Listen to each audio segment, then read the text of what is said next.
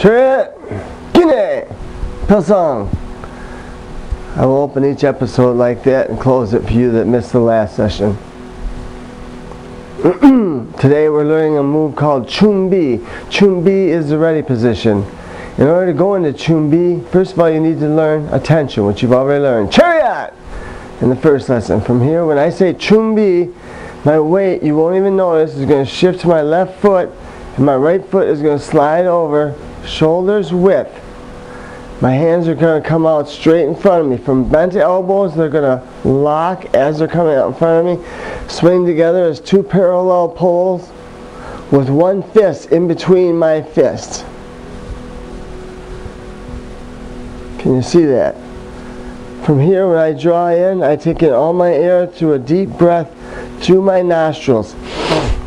Notice how when I pull, it's like I got a hold of two ropes and I'm pulling them in with everything I got, every ounce of my energy. I'm psyching my ki. I'm getting my mind prepared. I have to concentrate and do that just perfectly. Now I have to concentrate, keep my fists, one fist away from my body as I let 3/4 of my air out dynamically through a restricted trachea. And I let the last quarter of 25% of my air out all at once as I lock this Chumbi position in. So it's going to look like from chariot, it's going to go slower again. Chariot, attention, Chumbi. A lot of people will say ready position, Chumbi. They'll warn you. Some people will say Chumbi. You step out. Okay, start over.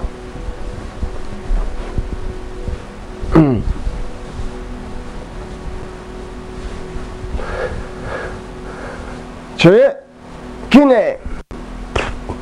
That's how we will begin each session. Today we're learning the ready position, in other words, Chumbi position, okay?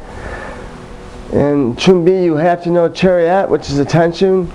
We learned that in the previous session. I say chariot, you snap to attention. Okay? I'm going to do my best to face the camera.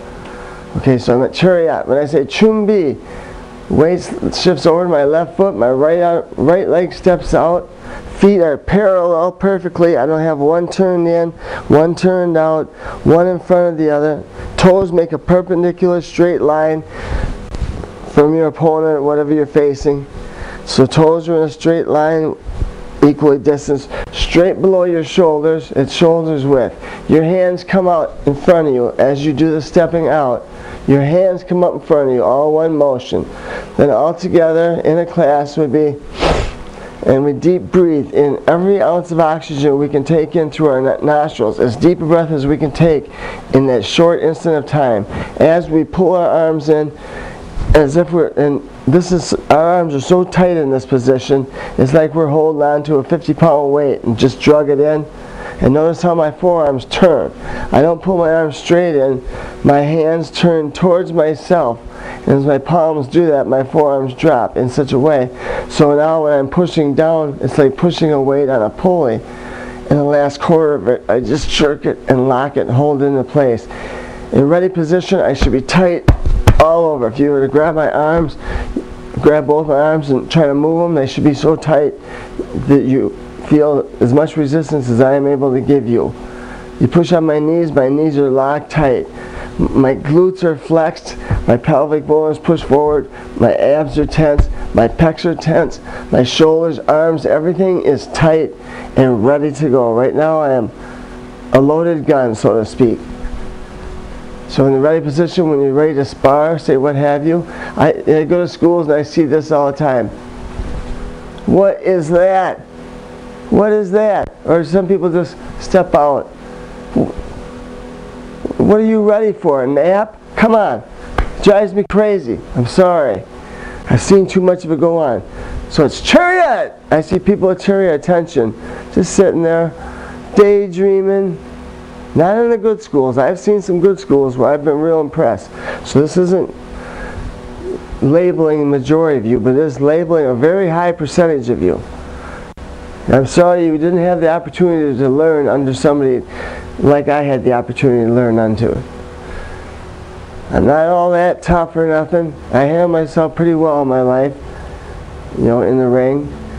I wasn't an outside fighter. I never looked for trouble. We were trained not to. And as I train you not to, that's the way you will learn.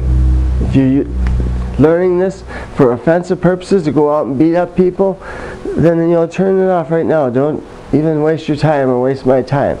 If you want to learn this for virtue and for all the reasons of Taekwondo, what it was meant for the fitness and the mind and body discipline and the self-esteem and the coordination and the self-defense. I'm not saying don't use it. You know, somebody's hurting a good friend that can't defend himself, or somebody's hurting another that can't defend themselves, or one of your family members. By all means, use it. And this is better to have it and never need it than to need it and not have it. I believe every person needs some level of self-defense. And I will teach strategies for women, etc., as we go, how and when to use this when they are forced into, say, a rape situation. Trust me, this has been going through my head since I've been 13 years old. I'm 52 now. Almost 40 years of martial arts studying and self-defense studying in my head. I will never run out of material to share with you with new concept karate. So again, let's do the Chumbi position. Step out, feet shoulders width, hands come straight out in front of you. Deep breath of air, pulling them arms in. Exhaling. I lock in just past my belt. My fists are one fist apart from each other. If you notice my body, they stay one fist away from me the whole time that they're pressing down. So I imagine I have just grabbed onto a pulley. I just pull up a 50-pound weight, and now I'm pushing that weight down. And at the end, I get my final whoo, and I lock it into place. And that is Chumbi position. That is ready position. Now I'm ready to spar. Do one steps. Drop into fighting stance, you know, for a board breaking, what have you. I am prepared from the ready position. I can go into my next move from here. So you'll need to know all these things to move on in this class. Chariot, Kunye, Pilsong, Chumbi. So work hard, work diligently on all of these three aspects. Perfect them. Don't learn sloppy anything. Learn everything prim and proper, and it will make a better practitioner out of you. Take your time. Don't be in a hurry. Don't develop sloppy habits and then have to go back and break all those habits and relearn this all over once you realize how valuable it is and the essential need for putting absolute strict everything from the chariot, the Kune, doing the bow properly, to the Chumbi. You want every bit of that precise and perfect. I'll try to keep my lessons shorter and less boring. From the side, Chumbi looks like this at a 45-degree angle. Step out with the right.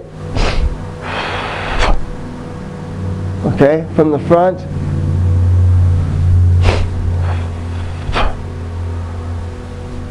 Turn 45 to the right.